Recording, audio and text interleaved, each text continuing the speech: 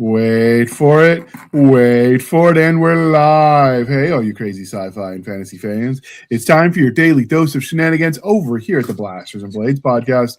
Just a couple of nerdy veterans, a stabby chaos coordinator, and one chief shenanigator geeking out over our science fiction passions and fantastical fantasies. A place where magic is king, the sky is the limit, and space is the place. We are the podcast that puts the fun in dysfunction. So without further ado, we're going to let our returning guest, friend of the show, Miss Melissa McShane, the War Master herself, introduce yourself to our listeners and viewers at home. Hi, I'm Melissa McShane. I am the author of many different fantasy novels of many different subgenres of fantasy, including speculative, urban fantasy and historical fantasy and lit RPG, and in this case, retold fairy tales. And I am happy to be here. Outstanding. We are happy you are here as well. Hey. And Jana is so happy she's doing something she never does. She's knitting. That's not. I'm going to just stab you with this crochet hook. They are. I know. He's fully aware. He says it Yes. just to irritate me. Yes. And when I get it right, she's going to have a heart attack, and then her husband's going to be really mad at me. It's going to be a thing. It would be sad. Yeah. It would. All right. So for the religion question, are you ready for this? I'm ready. All right. So because we're talking about your book about fairy tales, what is the first fairy tale you remember reading? Oh, you know what? That is a really long time ago. I can't really say that I remember the very first one because I was reading at a very young age. But the one that sticks out for me is probably Thumbelina, about the mother who desperately wanted a little baby, and so she got one that was tiny, could fit into a little thimble, and has all these little adventures, and is constantly being kidnapped by creatures and made to marry them, and ends up married to a fairy prince. And I don't know, I really liked the idea of all the miniatures that she had to make for her daughter. Like, how does she make her a bed, and she can't use a full-size bed, so she makes her a bed out of an acorn, and things like that. So, and I have always loved miniature toys and miniature figures, probably because of that. So I think that must be the earliest one that made an impression on me. Okay. All right. And because we're polytheistic here at the Blasters and Blades podcast, Brothers Grimm or Hans Christian Andersen? Definitely Brothers Grimm. I still have this ancient omnibus complete Grimm Brothers fairy tale collection that really is quite complete and has a lot of fairy tales that nobody remembers now, all about the devil and various cautionary tales. But I remember reading that many times when I was very young, and so I really did not get into Hans Christian Andersen until much later. Did you watch the TV show Grimm? No, I didn't. I watched like the first episode or so, and then we just sort of fell away from it, even though I liked it, which is kind of typical of me and television. I have trouble sitting down for a block of 45 minutes to watch something unless I have something else that I'm doing. And but I enjoyed that one. I thought that was maybe like crocheting, maybe. Well, No, she does other needlework. I do counted cross stitch and painting miniatures. You're joking, but you're not. Yeah. No. Okay. No, Right. I've tried crochet and it doesn't suit me, which is too bad because I really like amigurumi and I wanted to make little bitty critters, but I'm not proficient enough to be able to sit and do that and watch television. I still need to pay attention because, like, Jana's been doing it since forever, and so she can do it and do other things, and I can't do that yet, and so it just did not work out for me. So Okay, what is your favorite fairy tale? Okay, so my favorite fairy tale is the Brementown Musicians, which is one of the stories that I retold in the Warts and All collection. And I like it because it's funny and cute, and these four misfit animals who they never make it to Brementown, but they all want to be musicians, and they all get to be friends, and have adventures, and it's just really cute. It's really funny. Okay. And because we are civilized human beings, we are no longer knuckle-dragging troglodytes here at the Blasters and Blades podcast. Coffee or tea, and which are you drinking with your fairy tale friends? Well, you know me, it's going to be Coca-Cola. But what if the Yeah. fairy tale friends don't like Coca-Cola? Well, you know what I think? I think that if you get together with your fairy tale friends, you ought to have some magic that will let everyone have the beverage they like the best, so that you don't have to settle for just one. Because I So think, like the teapot of many options. yeah, I think Thumbelina would like a drop of tea, and I think the Bremen musicians, because they're animals, they'd like, various flavors of water, and the cat, of course, would drink milk, which, because cats in fairy tales are able to drink milk, not like real cats. And so I like the idea that we would all sit down together and we would all have whatever we like best. Even better if it served you something you didn't know you liked best until you got that drink. Okay. It's kind of Now like Mary thinking about how Poppins and the Yeah, medicine that she gives. like the medicine, yeah, it Yes, changes after flavor. you've gone out in the rain and it changes flavor based on That's their own right. things. Yeah, That's just because she has the bag of holding and it does weird quantum things to it. yeah, Well, yeah, because Mary Uh-huh. Poppins is awesome. yeah. Does that make Mary Poppins a paladin based on her character arc? No, because she No. is, well, okay, it depends on whether you're talking about the movie or the book, and we could go into detail on that, which we really don't have time for. But It would she take a long time. but Mary Poppins is actually kind of nasty in the book. She is a sharp and very cunning person, and I kind of like her. I mean, I like Julie Andrews, but this is, the book is pretty great. So it sounds like that needs to be a panel at some point. Yeah. The many faces of Mary Poppins. Okay. Yeah. All right. Mm-hmm. Okay. And write that down, Jana. The teapot of many options, and we can throw that in a lit RPG story somewhere. Nice. I should remember that for the next yes. Use it in the next Master series. Yeah. And then every weird option, you'll get something you don't like. Like, I don't know. Like black licorice tea or something gross. Yeah. Black licorice is gross in general. So. I like black licorice, but I would not like black licorice tea. That would be too strong. Yeah. Let's see. Ugh. I would be done with the teapot the first time that it did that kind of thing. I don't care how good the other stuff can be. If it's occasionally going to serve me something that is foul, I would rather have. And then she'd throw it away, and it just keep reappearing on her nightstand. Yeah. That would be one of the funny stories. Keep coming back. Yeah. Uh-huh. Yeah. All right. So you obviously wrote a whole collection where you reimagined the fairy tales. What makes fairy tales something that you love so much? I mean, obviously, all of this is in public domain. They're old enough. Mm-hmm. What makes it something that you keep coming back to? And I think, this is going to be broad strokes. We might even do a panel on this. I think it probably deserves a whole hour discussion by itself. Mm-hmm. But in general terms. I have, well, like I said, I've been reading fairy tales since I was very young.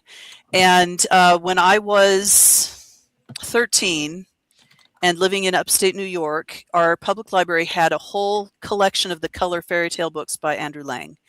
And those are it doesn't just confine itself to the familiar Grimm fairy tales. It's fairy tales from all over the world. And so I have that collection now myself. And I think that what appeals to me is that it is so universal that we have these stories that different cultures are tapping into the same basic ideas, the same ideas of nobility and honor and magic and what you get when you behave a certain way and morality, and it's interesting because the fairy tales from the different cultures are still very different, but they have a lot of similarities, and I find that very appealing to know that we are all alike on some level. One of the collections that I have is of Bengali fairy tales, and that's kind of a loose interpretation. They're not really fairy tales the way that Western audiences would understand them, but they suit the Indian audience just the same, and they're doing the same essential thing that Western or Grimm or Anderson or whatever fairy tales do for us. So I think it's that universality that really speaks to me, because you can tell a fairy tale and it appeals regardless of what culture you're from.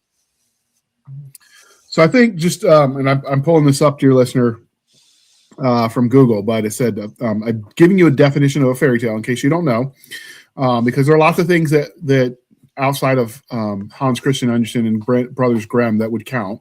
A fairy tale is a type of short, traditional story that typically features magical or fantastical elements, archetypical characters, and moral or cautionary lessons, often implicit. The term comes from the French conte de fées, tale of fairies, popularized in the late 17th century by writers like Charles Perrault. And forgive me, I know I butchered the French, but It's okay.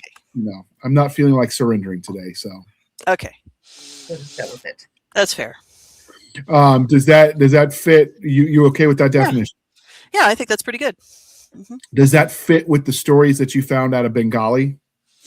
Yeah, I mean, more or less. They're the structure of the fairy tales, the Bengali stories were longer than most Western fairy tales.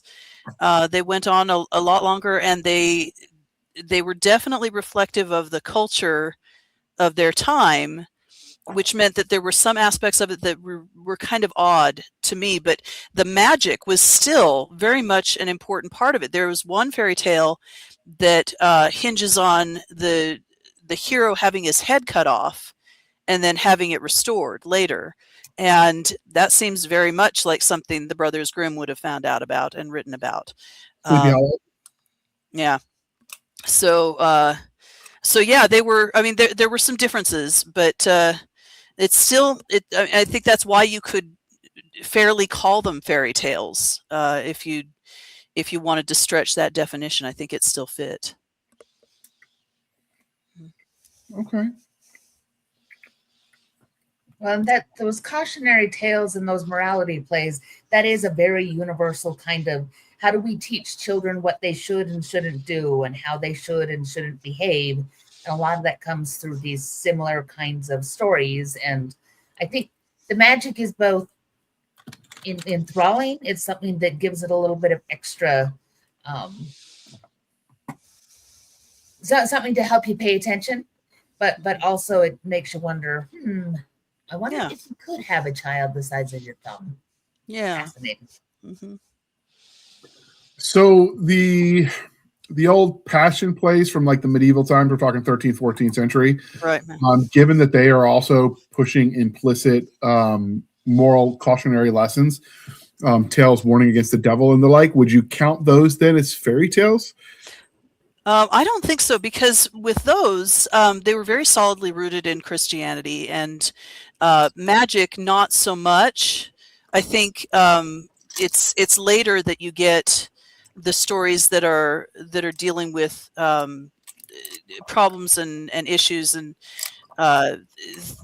facets of life that they introduce magic, and so I think the earlier ones are very solidly realistic in a loose sense. I mean, they're still, not exactly realistic, but they have, they're concerned with teaching the morality. They're teaching the history, teaching religious history. So presupposing you believe in a god, right, and a devil, then they are realistic to that faith tradition. Right. Yeah. They had sort of that universal assumption that this was what everybody believed, and so that was realistic in that sense. So yeah, I think they're different. I think it's interesting that you don't get a ton of fairy tales during that time period. I don't know for sure, because I haven't really studied fairy tales outside the Western tradition, except for as it comes up in the color fairy books. But yeah, it's these magical stories that come up later, and what's interesting to me is that you do get so many of those stories that deal with the devil being real and being somebody that can influence people's lives. So it's still that same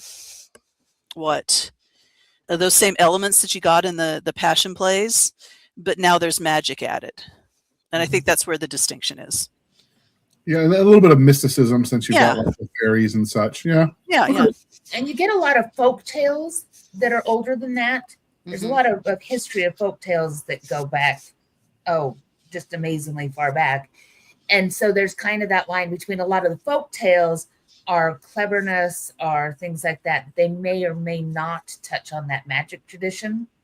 And again, it also depends on where you're at, because I'm sure if we dove into some of the cultural ones, there's probably things that we would call fairy tales that are older, but I don't have the references off the top of my head. So part of the problem with fairy tales is they're often the kind of tales that are told, or they're oral traditions is what you would classify them historically. And any oral tradition that didn't rigorously fit in the Christian Orthodox during the rise of the early church, the Catholic Church under the Roman Empire was pretty good about killing everybody that dissented. And so a lot of that oral history died with it. And so there's I'm sure equivalent of fairy tales that go way back. Although if they truly believe that as a religion, is it still then a fairy tale? That's an interesting question for another panel, I think. Yeah, I think you're right. I think that is a bigger question. Yeah, I agree. Yeah, and we do see like there's a fairly old, I'd have to look it up to get the actual date, but there's a Chinese telling that is their version of Cinderella, where it's a fish and she ends up with these fish scale shoes and this whole 9 yards, and it's a Cinderella retelling or Cinderella telling, but that's a Chinese one, and so that wouldn't have been affected by whatever was going on in the West. So that's an interesting part of fairy tales, is that you do find echoes of the same kind of tales across lots of different cultures.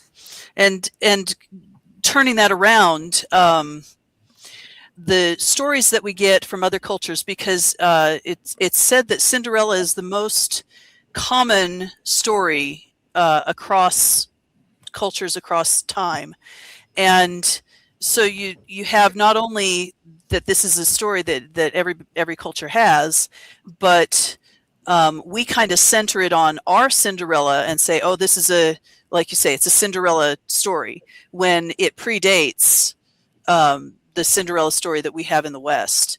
So, that's a whole nother question of how are we identifying these stories, and where does it start? At what point? Like I said, for the Western tradition, it's post Passion Play, but for the Bengali, and now I can't remember when those Bengali fairy tales came to be, but I'm pretty sure it was earlier than the 14th, 15th century.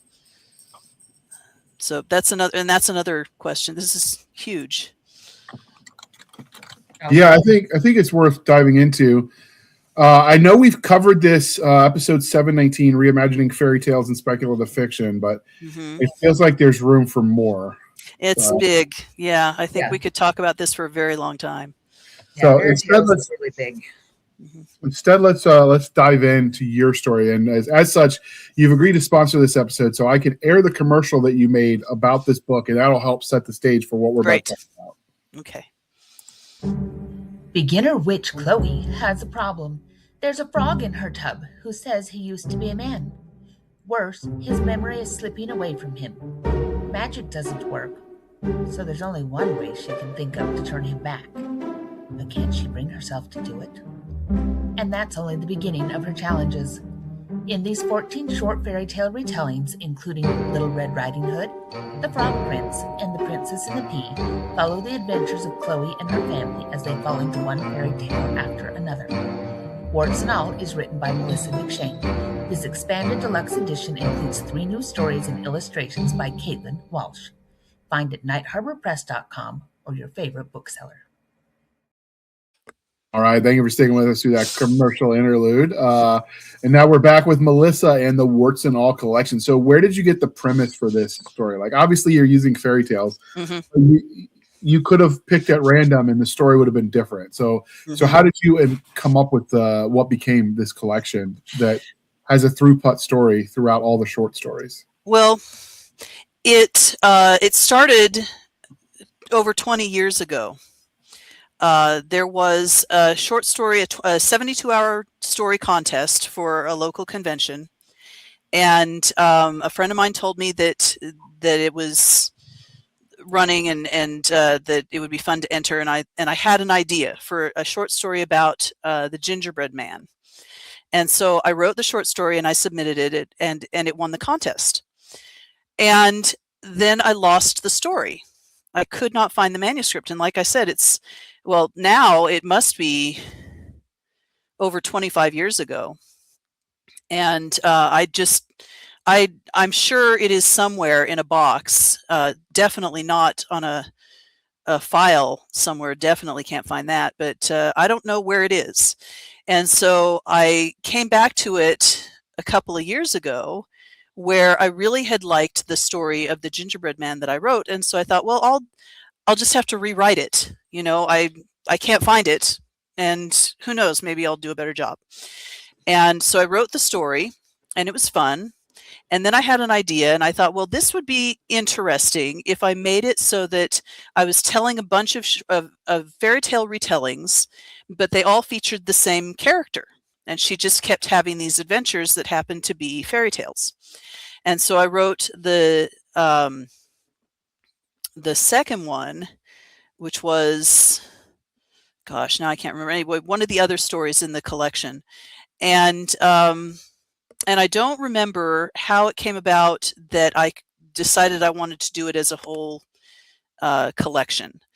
But I remember sitting down and making a list of all the fairy tales that I liked, and then making notes about how I could retell it using this premise of this one witch and her family and her life, and sort of put that in order. And then I just wrote the stories. And it was originally released as a collection of 11.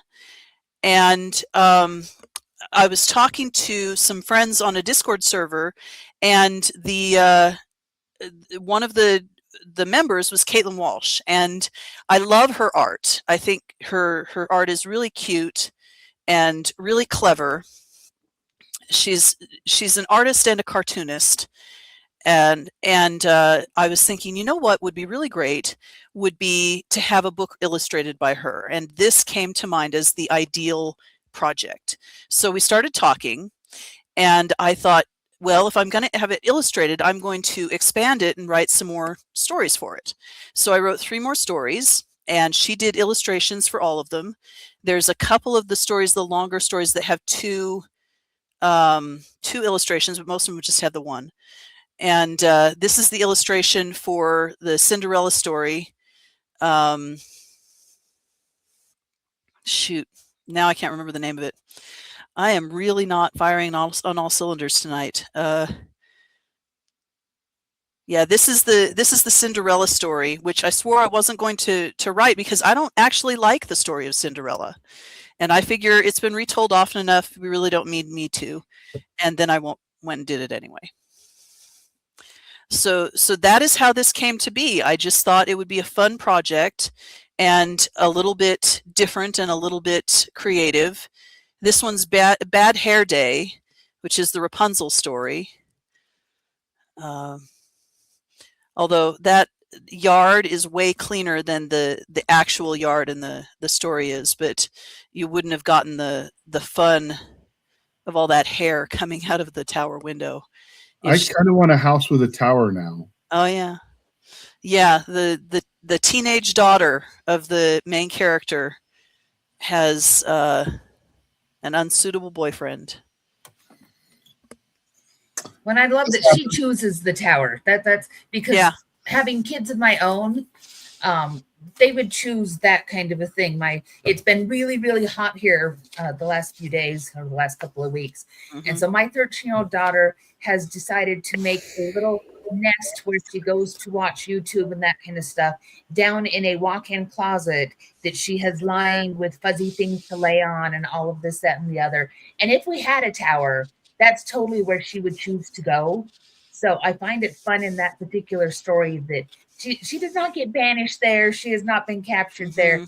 That's the room that she wants. It's the Pool Tower room. I would go to Pool Tower room. This one is from Cookies and Milk, Gristle and Fat, which is Hansel and Gretel story. This one amused me because the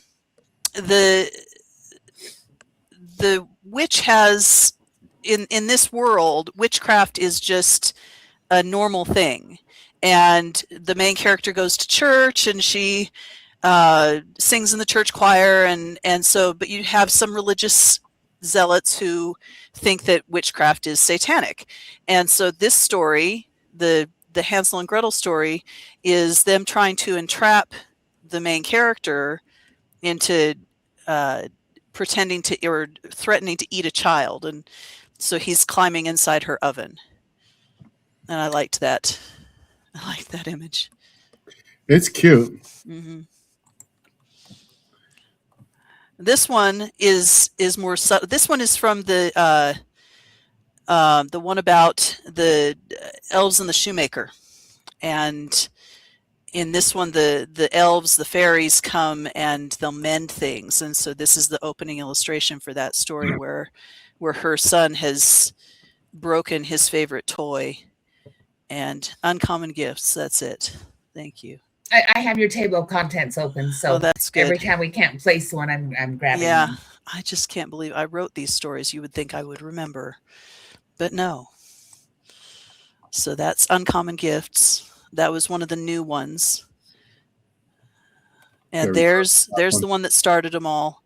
And I just loved, this was the first one she did for me as sort of the test to see if it was going to work out. And it was so perfect because in this story, Run as Fast as You Can, the main character is a kitchen witch. And so this was the original story. This was the original concept. She's an inventor. She comes up with stuff all the time to make homemakers' lives easier. And so she's inventing this gingerbread man servant that will do basic kitchen chores. And this is the prototype. And it says in the story that it's lopsided and not perfect, but she has to prove that it'll work. And it's full of peach brandy, and there's too much brandy, and so the whole thing goes horribly wrong. But it's a fairy tale, so it's not that horribly wrong, but he's not as docile as she would really want him to be. No, he's kind of a little jerk, and that's part of what's fun about the story. Yeah, but I just loved how she did it, so the framing is just perfect, where it's like a little window into the bigger picture, and you can imagine the rest of the tabletop there spread out beyond the limits of the frame. So that was this was what told me we were going to have a good collaboration. This image. Okay, so is this something you feel like you'll potentially come back to, or do you think you're done with this fairy tale thing? I don't know. I think so. There were a couple of stories that I never managed to write. One of them was Sleeping Beauty, and I wanted that one to be a tribute to my daughter, who would sleep her life away if she could get away with it. And as a teenager, she was constantly just did not want to get up and do stuff. She just wanted to sleep. And so I thought, wouldn't that be kind of a fun story, as the teenage girl who just wants to sleep constantly. And I never could find a story for that beyond that concept. And there are some other fairy tales in the list that I just didn't get to. So I think it's possible I will do more later, but it's not anything that's right on the horizon. So obviously you've got the new and expanded version that's out now with the illustrations by Miss Caitlin Walsh. Does it have an audiobook available for this one? No, it doesn't. An audiobook would be an interesting possibility for this, but I haven't given it much more thought. I think if I were to come back to this and add more, I would definitely add the audiobook as well. That would be the next upgrade. Would you potentially collate all of the art together into some sort of coloring book to go I have done. Yes. Okay. In fact, That, I should probably send you that link too. yeah, I forgot about it. We'll throw that in the show notes. Yeah, I will totally send that to you. Yes, there is a coloring book that has, because I wanted all of the illustrations to be very clean and with sharp lines, and that made them perfect for coloring pages. Now, is the coloring book print only, or did you do the EPUB option? I've seen some art that when they did EPUB options, so you could print as many copies as you want to keep coloring. Yeah, it's a PDF. Yeah. Okay. So yeah, you can totally print it out. And I give it away. There's a link to it in the back of the book. So it's not even for sale. It's just a nice little add-on. Cool. Has anybody ever reached back out to show you their colored in pictures? No. But No, although awesome. that would be really great to see those. But I gave it to my daughter who sleeps the day away, and told her she needs to color it for me, so we can have that. Fridge art. On my website. Yeah, fridge art. Put it up on my fridge. So I know the answer to this, and it's kind of one that our audience will probably assume, but let's make it explicit. Who is the target audience? Are these like middle grade young children's stories, or is this more starting with the teens? Where does this fall for our readership? This is for teenage up. Probably 13 and up would be an appropriate audience for this. It is adult in the sense that the characters have adult concerns and issues. I like to say that they are worried about paying their taxes. That's not really the case specifically here, but it's that kind of adult content and not the other kind. But I think of most of my books, this would be the one of most interest to younger teens, where most of what I write is geared toward older teens and adults, just because it's got those concerns. There's nothing in it that would be objectionable for younger readers. And I would agree. My daughter's 13. She's read it. She's enjoyed it. Good. But yes, there's definitely things that it's like, discovering Velcro and using it to create the first diapers is hysterical to me as a grown-up. Mm-hmm. And that's one of the clever things that happens in one of the stories. Mm-hmm. And I think that if my daughter had read it when she was 7, 8, when she was starting to read more traditional fairy tales, she would have gone, really? That's what they did with all of this, was they used it to make diapers? Are you kidding me? So, but now she thinks it's clever because now she's old enough that she has appreciation for some of those kinds of things. Yes, and this certainly presumes that you are familiar with, if not the specific fairy tales, with the concept of fairy tales. They're retellings in the truest sense of here's the original and here's what I've done to interpret it later. And I think that for things like that, it's really important that you know what the original is, that you know what I'm riffing off, because they're interesting stories by themselves, I think.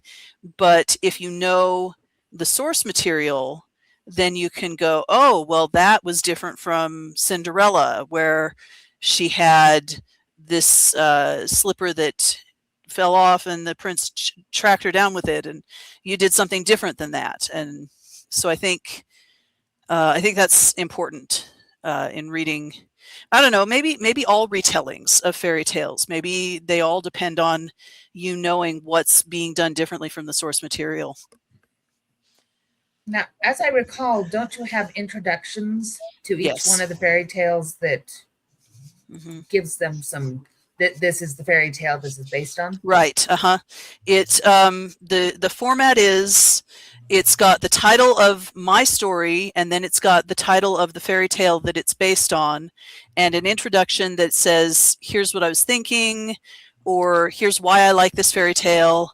In the case of Bad Hair Day, it was pretty much just, I wanted to explore the difficulties of climbing someone's hair as a ladder. and that was it. That's the only thing I wrote for that introduction. And then there's the whole short story. Mhm. Okay. How long is this collection? There are 14 stories, and I think it's 260 some pages. Yeah. I don't somewhere. remember exactly how long. It's not terribly long. They're the two Amazon says longest. 276. Okay, that sounds that's about what I was thinking. Two of the stories are quite a bit longer than the others. They range from being about 2,500 words to about 10,000 words, but most of them fall in the 4,000 word category. So not that long. It's nice because you can read one and that's a complete entry. You can read one and put it aside and go back and read something else, another one later. Okay. Is there any like deeper themes for this one, or was this just more surface level having fun with fairy tales? The deeper themes are all about family. This is about it's effectively almost all the stories are told from the point of view of Chloe, who in the first story is 15 years old and a beginner witch. And the final two stories are from the point of view of her daughter when she's 18 and 21, respectively. And so the idea was that Chloe goes through life and she grows and she changes, and her family, her outlook, her interests all change, but it's always back to family. And I think one of my favorite little bits is in the first story, well, the second story maybe. She's grousing about how her parents won't let her date on her own, as opposed to in a group. Won't allow her to date one-on-one till she's 16. And she complains about that. It's so archaic. I can't believe they made me do this. And then in the later story, when it's her daughter wanting to date this unsuitable young man, she's all, well, you have rules for a reason. No dating until you're 16. And so something that she's come to appreciate the wisdom of. And that's, I think the thing that I like best about this sequence is the continuity of family. Was that intentional when you were writing it, or just sort of happened because it fits your personal belief structure? It kind of grew. It kind of did both, because the first couple of them I didn't know there was going to be a series. I didn't know it was going to be this huge set. I just thought it would be fun to tell these stories. And then as I was choosing them and saying, okay, well, this needs to happen when Chloe is dating her boyfriend in college. And this one needs to happen, well, okay, I know they're going to get married, so this needs to happen when her kids are this age. And so as I was planning it out and inserting these stories into the timeline, it became more obvious to me that it needed to be a stronger through line than just, oh, this is one story and this is another story. Yeah. And as a reader, because I've read this book actually several times, a thing that I like is that the tone of the stories is not all the same. That it's not always humorous, it's not always serious, but you get a lot of those different beats. You have one particular story in here that deals with grief in a really powerful way. And so when I have friends and family that have gone to funerals and that kind of stuff, this is the book that I send them, and I put a note in that story and say that this will help. And I like that that's something that this does, is that it has those ups and downs the way that you do with life, that sometimes the family all comes together and sometimes you're grieving and sometimes it's all successful. And so to lay that on top of the fairy tales gives it this real sense of just the ebb and flow that is real people. Mm-hmm. And so I am fond of that. Mm-hmm. Now, remind me of the name of her boy, because there's Chloe and Ethan. Ethan is her husband, yeah. And their children, Belinda and Darius. So when did you decide that, okay, she's going to have this boy in her life and what he was going to be all about? Because she's kind of the main character, but he's just as important. The third story I wrote, and I wish I wasn't blanking on which the second one was, but in the gingerbread man story, he was originally also a wizard in the first version that was lost, and in the rewrite, he was just there. He was her companion. He was her partner. He helped her chase down the gingerbread man. And so the one I wrote after that was the Frog Prince, which is where the title of the book comes from, Warts and All, and that's the name of that first story. And that was where he started to develop, because she has the frog in her tub who claims he used to be a man and he can't remember who he was, and she has to figure out how to rescue him. And then it turns out this is the boy who's going to grow up to be the man in her life. And so it was at that point that he started to develop some characteristics, like he was into art, and that got put into the story Picture Perfect, which is the Jack and the Beanstalk story. And he just sort of developed as I was writing around these different stories. He is he's the protagonist of two of them, and they're the two longer stories. And one of the other things I did is that all the stories that are in first person are from Chloe's point of view, and the ones that are from somebody else's point of view are third person. So his stories, and then her daughter Belinda has two stories. So I wanted to make sure it was anchored in Chloe's perspective, but that the people in her life were also well realized enough that they could be the protagonists, I guess. Okay. Now, when you use the fairy tales to reimagine them, are you using the original or the older versions, or sort of the Disneyfication versions that all of these stories have in later years? No, I'm using the original ones. In fact, for Cinderella, I went back further than the glass slipper to the golden slipper, which is an earlier version of that story. And most of these came out of my memories of the Grimm brothers tales that are sitting on my bookshelf right over there. For real this time, it's not just a screensaver. This is my actual library. Very nice. So, yes, so so you don't have toes and heels getting cut off. No, we skipped that part. That fascinated me. I like, how is that even possible? It's messy, and what are they? How are they even able to walk? And I mean, that just really stuck with me, though, with the cutting off a bit of her heel, cutting off her toe. But yeah, we didn't need to do that for this one. Yeah, I don't know what lesson they're teaching with that nonsense, because that just seems a little gory. Icky. Well, again, it's the whole, how far are you willing to go to get what you want? And they didn't get what they wanted anyway. Yeah. Despite that tremendous sense of, well, I'll just figure myself for this, and that didn't make any difference whatsoever. Yeah. So did you have any of the stories that fought with you, where you were like, okay, I really want to tell this one, and it just did not want to come together? Really just the one I mentioned about Sleeping Beauty, where I really did intend that to be part of this collection, and I just could not make it work. I keep hoping that maybe I haven't figured it out and there is something there, but it just has not worked for me. Everything else came very quickly. The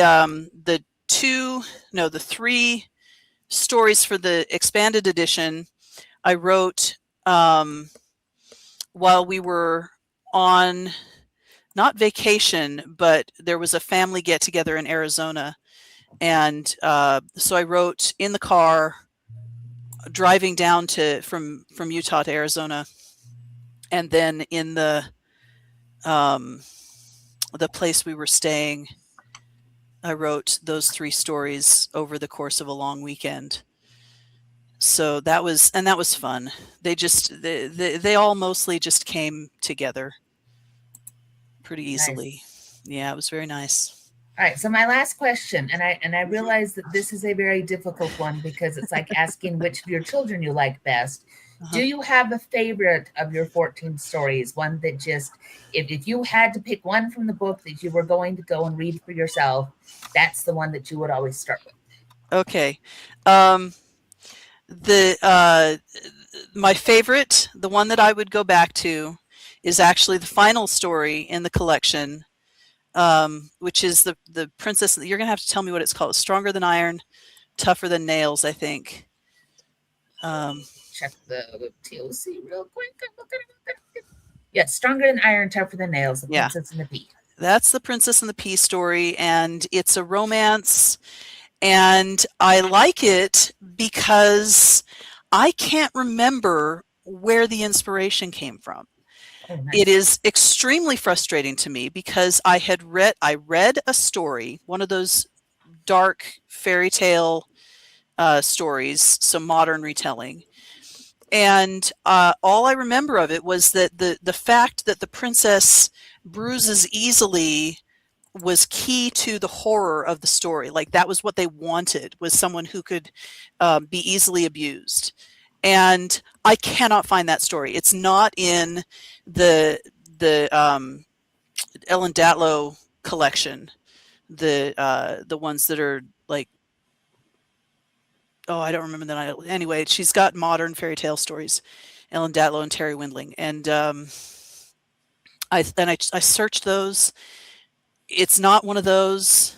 I can't find it, but I liked the idea, not that she should be easily abused, but that somebody might want to know that the princess was of tender skin. And so I took that and I used that as a key to how this story worked out.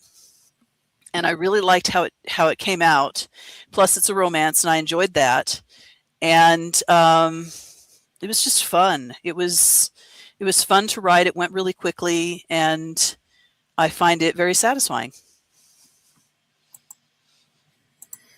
Okay. Well, is there anything else that you want to tell us? Because it's a collection of shorter stories, I feel like anything we ask too deep is going to be spoiler territory. So is there anything we need to cover that we haven't before we wrap this up? No, I think this has been really good. It's been a really fun discussion. I like talking about it because it is something Jana will give to people. And so she'll send me a note. Oh yeah, I'm going to give this to so-and-so. Let me remind me to pay you for a copy. And I think it worked out better than I imagined, honestly. I think it ended up being something more solid than just the sum of its parts. And so I'm pretty pleased with that. Yeah, I'll be honest. It's when my mother went into the hospital for the first time, this is the book that I took to the hospital and read to her in the hospital, because they're short enough stories that you can read to somebody who's having a problem the way that she was. And they're familiar enough, but yet with a twist. And so she found those very interesting while she was dealing with a lot of what was going on. And so it's really become a go-to collection for when those kinds of things are going on, when here's some place where people need that sense of escape and that sense of family and all of those kinds of things, but they don't have the time to be able to sit down and read a long book. It's something you can take in little pieces. And so I love it for that. I love the stories anyway, because I got to read them as she was creating them. But I really love that complete collection because it suits so well for all those people in my life that need a little bit of magic. We used to call those, they used to jokingly call those the bathroom reads because, Yeah. Yep. And That's right. the Reader's Great bathroom Digest reader. copies. Uh-huh. So what are you reading now, Melissa? What am I reading now? I am working on reading Tim Power's urban fantasy series, starting with Alternate Routes, which I've had on my shelf for way too long. because I usually read his secret history books, and these are a little different, but I have been wanting to get back to them. So I'm reading that, and I am reading aloud my own book, Agent of the Crown, to my family. Yay. Yeah. Okay. What about you, Jana? What are you reading? I am reading The Long Chain, which is the third book in the Arcane Case Files by Dan Willis. They are the stories of Alex Lockerbie, noir, hard-boiled detective in 1930s urban fantasy, magical New York. And they are fantastic. The only problem with them, and this is not really a problem, but the only thing I have to consider is that he is very clever, and he really makes you think about how everything is connected together. And so they're books that I have to be on the top of my game to read them, because otherwise I end up going back and say, wait, I missed something. I was reading too late and my brain was not together enough. I have to go back and reread it. So it is not my when I'm super tired book, but it's a fascinating read. I'm really, really enjoying the series. Mm-hmm. Nice. Sounds All right. good. Well, this is where I remind you, dear listener, to please be kind and speak your mind on the Wait, reviewing. what are you reading? Yeah, what I are am you reading? my way through the Ice Starship series by Scott Bartlett. Oh, fun. Okay. I bought the 2 box sets because they were on sale, and I had 2 credits when they went up. And the box sets, man, you can't beat your money when you're going with an Audible credit. That's right. I don't know as far as the logistics of how they make their money on those for audio, because it's a lot of audio hours they had to pay for to give away for 1 audio credit. But if they're doing it, I'll take it. So, but yes, that's what I'm reading. And so this is the part where I remind you, dear listener, to please be kind and speak your mind on the reviewing platform. Your reviews help the right readers find the right books. Do your part. It really does make a difference. And with that, Melissa, how can we find you on the wild, wild interwebs? My website is melissamcshanewrites.com, where you can sign up for my newsletter and get monthly updates on what I'm doing, what I'm writing, what I'm publishing. And my storefront, where you can get signed books, ebooks, and audiobooks, is nightharborpress.com. You can also follow me on Amazon. Amazon's really good about sending notices of new releases. And yeah, that's about it for now. All right. What about you, Jana, if we wanted to track you down? Oh, I'm easy to find. I am the loser of internet hide and go seek. So you can find me at Linktree, linktr.ee/Opal Kingdom Press. And that has links to all sorts of things. Or you can search for Janet S. Brown or Jenna Ray anywhere on the internet. And if it has to do with publishing, it is me 99.987% of the time. All right. And you can find us, dear listener, on our Linktree, linktr.ee. Linktree/Blasters and Blades Podcast. Again, Linktree/Blasters and Blades Podcast, where we link to all the things: the BitChute, the Rumble, the YouTube, the TikTok, the Twitter. If you've got our Spotify, our Discord, our Substack, our Blasters and Blades Facebook group and Facebook page, you can email us at blastersandbladespodcast@gmail.com. Again, blastersandbladespodcast@gmail.com. For professional purposes only, people save the shenanigans from Stabby Stab over there on the Instagram, Twitter, and the email. You can support the show by going to buymeacoffee.com/author J.R. Handley. Again, buymeacoffee.com/author J.R. Handley. These episodes are not free to produce, and we appreciate your patronage. When you go to that Buy Me a Coffee link, be sure to play the comment section. It is for the podcast, so I can properly attribute the money. And with that, I would like to thank you for spending some of your precious time with us. For my crazy co-host, I am J.R. Handley, and this was the Blasters and Blades Podcast. We'll be back next week at the same time, where we'll indulge our love of nerd culture, cheesy jokes, and all things. Boom. And with that, we're going to hit the end button.